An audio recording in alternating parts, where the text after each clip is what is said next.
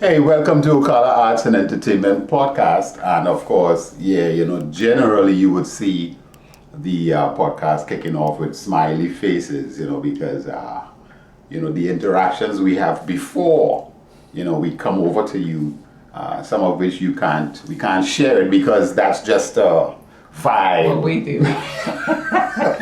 You know what I mean?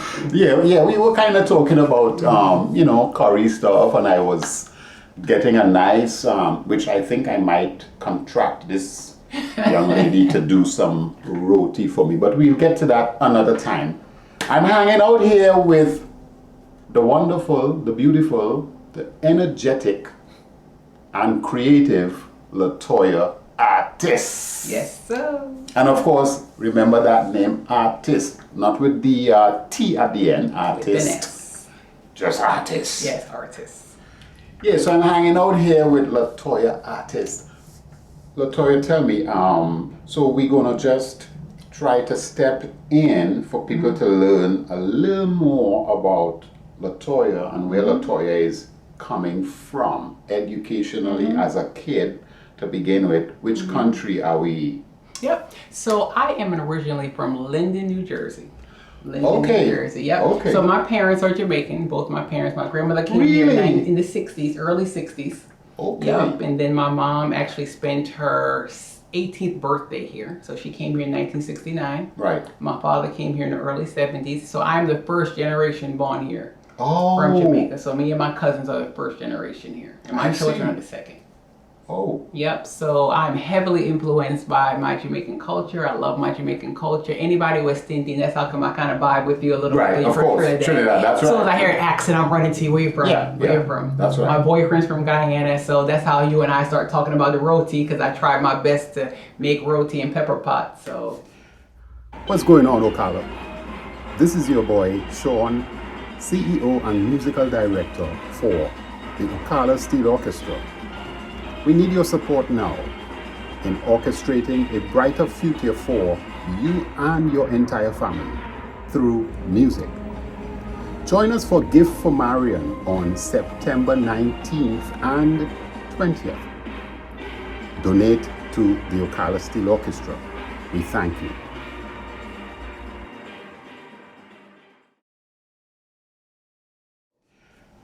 Hopefully one day you may get to taste the artist's side of how she produces that roti. Yeah. So you are New Jersey. New Jersey is where I was born and raised. And you coming up into Ocala. So what I did was I went to college in North Carolina. I lived in North Carolina for 23 years. Right. And I raised my children. I have a 24-year-old who is a UNC graduate.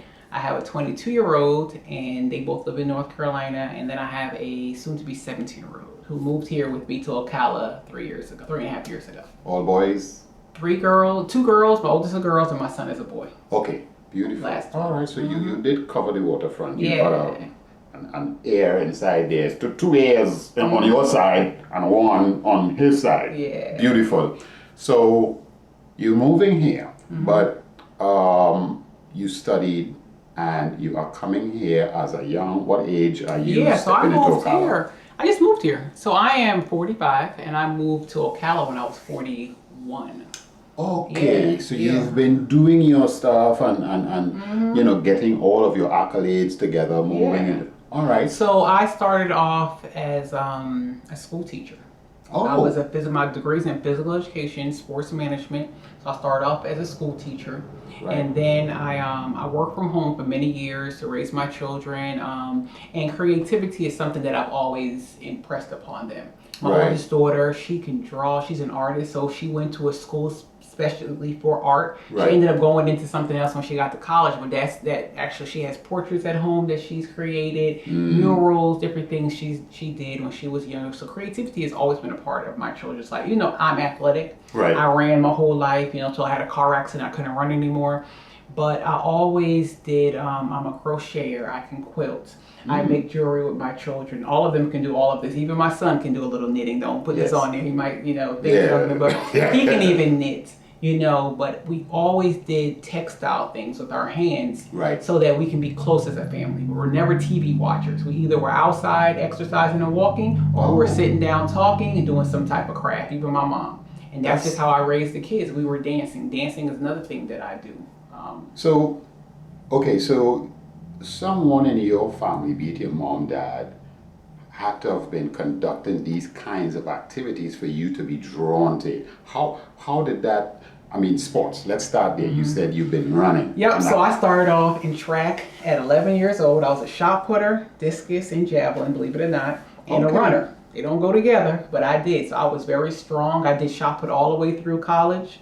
Actually, I don't know if I still hold it, but I used to hold the my school record for shot put, 39.9. And what is that shot? Shot put is it's a metal ball that you see. You put it right here. It's a field event. Okay, that's the one that and you push it. Yep, like that. And it's a strategy. It's a skill to get it across, to get it up. Oh. So I threw that in high school. I threw it in middle school, and in college I threw the javelin and I threw the discus. But then I also ran to stay in shape. So I used to be an avid jogger. I jogged. I'm one of the few shot putters. I jogged. So I was never big.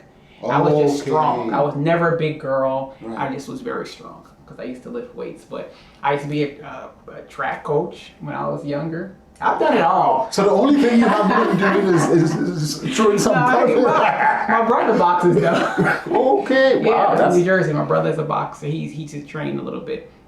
But yeah, so I've always been creative. I've always been active. Always been creative and active. And so, like I said, what led me to Ocala was just a change. That was it. I never heard of this place in my whole life. I found a job and I said, all right, let me come and try it out. As soon as I got here, I got in a car accident and could not run anymore.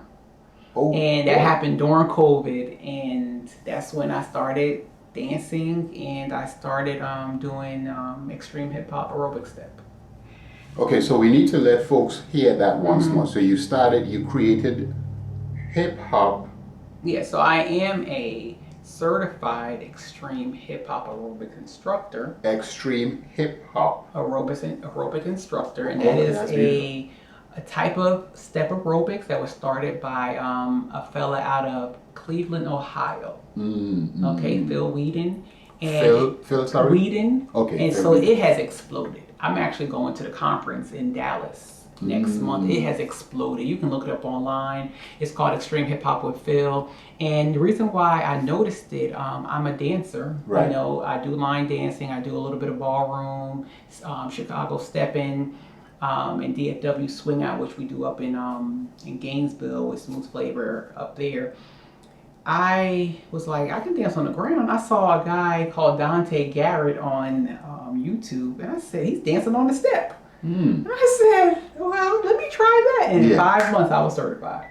In 5 months, I was certified. I became his subscriber, Dante Garrett's subscriber, and I would write down his steps. I subscribed. He's really good about breaking down the steps on when you subscribe to his website, to his page. And I wrote down every step he did, like wrote it in a journal. And I practiced about 30, 40 steps in combinations. Wow. And I practiced, and within 4 months, I was taking the certification test. Wow, look at that. Yeah, and now I'm teaching it. Okay, so let's see how this transition took place. You are representing your school in sports. Yes. And you are one of the best. I used to be, yeah. But now, but I'm thinking, while you are athletic in that field, dancing, how did dance come? Yeah. Well,